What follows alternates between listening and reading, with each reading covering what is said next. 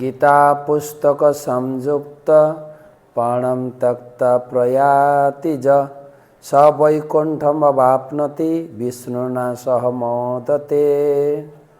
गीता संयुक्त হয়ে মৃত্যুবরণ করলে বৈকুণ্ঠ গতি এবং বৈকুণ্ঠ লোকে বিষ্ণু সহ নিত্য আনন্দে বাস করা যায়।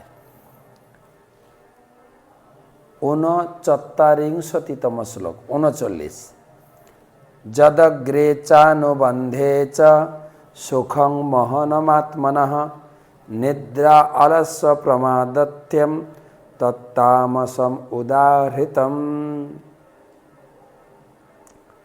যদগ্রে চানুবন্ধে চ সুখং মোহনমাত্মনঃ নিদ্রা অলস্য প্রমাদত্যম তত্তামসম উদাহৃতম। যে সুখ প্রথমে ও শেষে আত্মার জন্য মোহজনক এবং যা নিদ্রা আলস্য ও প্রমাদ থেকে উৎপন্ন হয় তা তামসিক সুখ বলে কথিত হয়। 3 প্রকার সুখের আলোচনা চলছে। সাত্ত্বিক সুখ ছিল প্রথমে দুঃখ, পরিণামে সুখ বা অমৃত, তাকে বলা হয় সাত্ত্বিক সুখ। রাজসিক সুখ সম্পূর্ণ উল্টো, শুরুতে আনন্দদায়ক কিন্তু পরিণামে দুঃখ, যেটা আমরা উদাহরণ দিয়ে বুঝেছি। যেরকম ছেলে মেয়ের ভালোবাসা, প্রথমটা অমৃতের মতো, বিয়ে হওয়ার পরেই ঝগড়া, সেটা রাজসিক সুখ। তামসিক সুখটা কি? ঘুমিয়ে আনন্দ, কোনো কিছু আনন্দ নেই, ঘুমিয়ে যতটা ঘুমাতে পারবে ততটাই আনন্দ। আলস্য নিদ্রার মাধ্যমে যে সুখ লাভ হয়,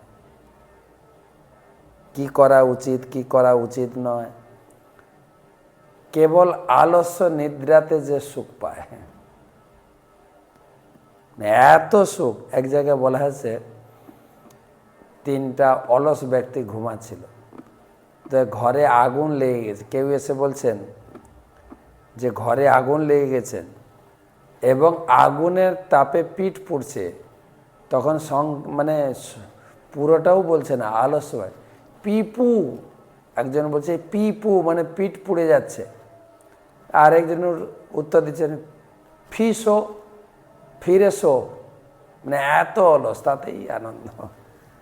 তাই তামসিক সুখের কথা প্রভুপাদ লিখছেন, শুরুতেও সুখ নাই, পরিণামেও সুখ নাই, অর্থাৎ শুরু শেষ কেবল দুঃখময়, সেটাকে বলে তামসিক সুখ।